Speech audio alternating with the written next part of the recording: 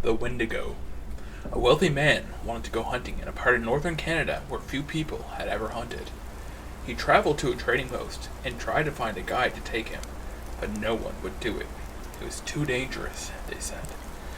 Finally, he found a native who needed money badly, and he agreed to take him. The native's name was Devago. They made camp in the snow near a large frozen lake. For 3 days they hunted, but they had nothing to show for it. The third night, a windstorm came up. They lay in their tent, listening to the wind howling and the trees whipping back and forth.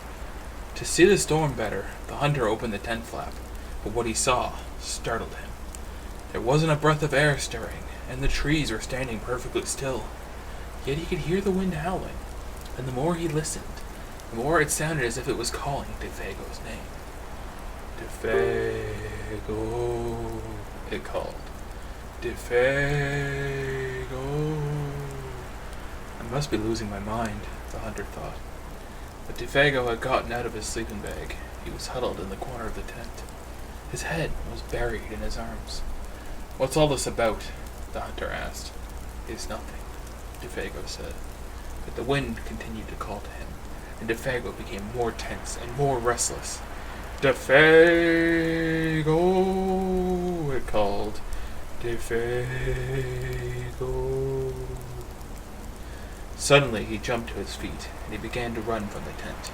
But the hunter grabbed him and wrestled him to the ground. "You can't leave me out here," the hunter shouted. Then the wind called again. Defago broke loose and ran into the darkness. The hunter could hear him screaming as he went. Again and again he cried, "Oh, my feet!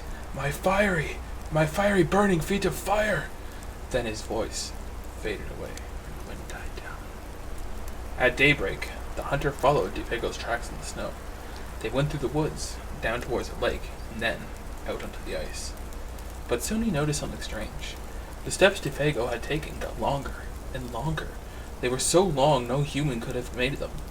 It was as if something had helped him to hurry away. The hunter followed the tracks out into the middle of the lake, but that was where they disappeared. At first he thought that Defago had fallen through the ice, but there wasn't any hole.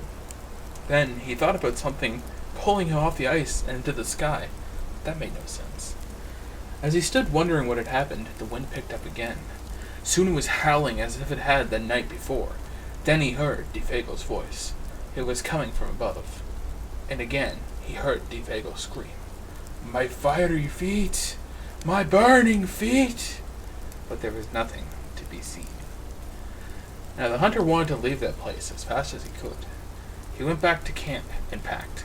Then he left some food out for Defago, and he started out. Weeks later, he reached civilization.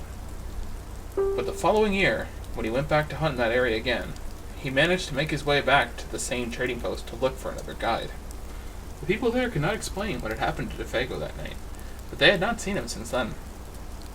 "Maybe it was the Wendigo," one of them said and laughed. "It's supposed to come with the wind. Drags you along at great speed until your feet are burned away, and more of you than that. Then it carries you into the sky and it drops you. It's just a crazy story, but it's what some of the natives say." A few days later, the hunter was at the trading post again. A native came in and sat by the fire. He had a blanket wrapped around him, and he wore his hat so that you couldn't see his face. But the hunter thought there was something familiar about him. He walked over and he asked, "Are you Defago?" The native did not answer. "Do you know anything about him?" No answer. He began to wonder if something was wrong, if the man needed help. He could not see his face. "Are you all right?" he asked. No answer. To get a look at him, he lifted the native's hat, but then he screamed. There was nothing under the hat but a pile of ashes.